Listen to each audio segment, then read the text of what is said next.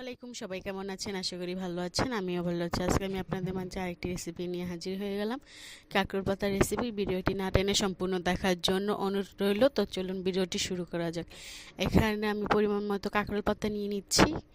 সবুজ সবুজ তাজা তাজা কাঁকরোল পাতা নিজেদের গাছের।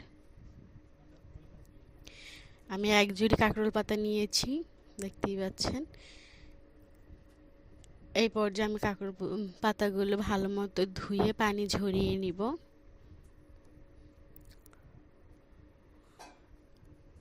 পানি ঝরানো শেষ হয়ে গেলে এরপর যে আমি এখানে রুই মাছ নিয়েছি 3 টুকরো।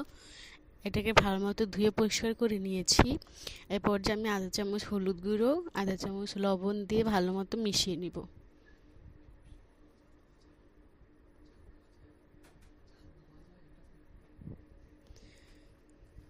মিশিয়ে নেওয়া হয়ে গেলে এখন আমি চুলায় কড়াই বসিয়ে কড়াইটাকে গরম করে এখানে আমি 3 টেবিল চামচের মতো আমি তেল দিয়ে দিলাম। তেলটাকে গরম হয়ে গেলে এরপর যে আমি মাছগুলোকে ভেজে নিব।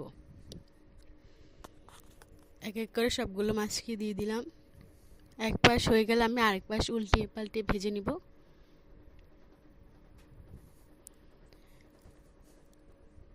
ভাজা শেষ হয়ে গেছে, এরপর যে আমি মাছগুলোকে উঠিয়ে নিব।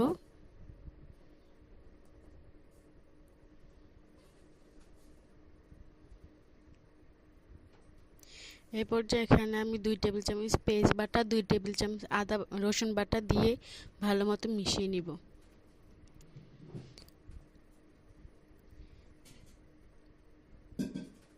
মিশানো হয়ে গেলে এখানে আমি 1 টেবিল চামচ হলুদ গুঁড়ো, 1 টেবিল চামচ মরিচ গুঁড়ো আর 1.5 টেবিল চামচ লবণ দিয়ে ভালো মতো মিশিয়ে নিব।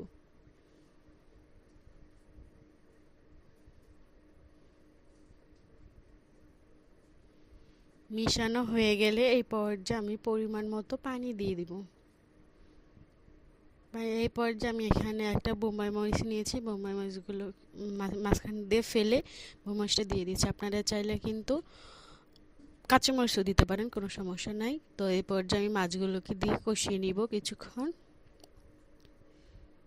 কষিয়ে নেওয়া হয়ে গেলে মাছগুলোকে আমি উঠিয়ে নিব।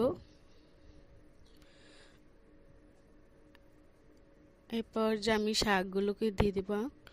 তো আমি শাকগুলো আস্তই রেখেছি, আপনারা চাইলে কাটতে পারেন, কোনো সমস্যা নাই।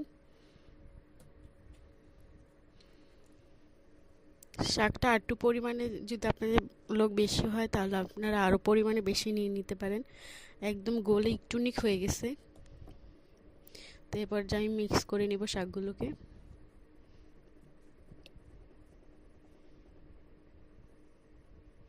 আর বেশি সিদ্ধ করতে যাবেন না, তাহলে শাকটা তিতা লাগতে পারে।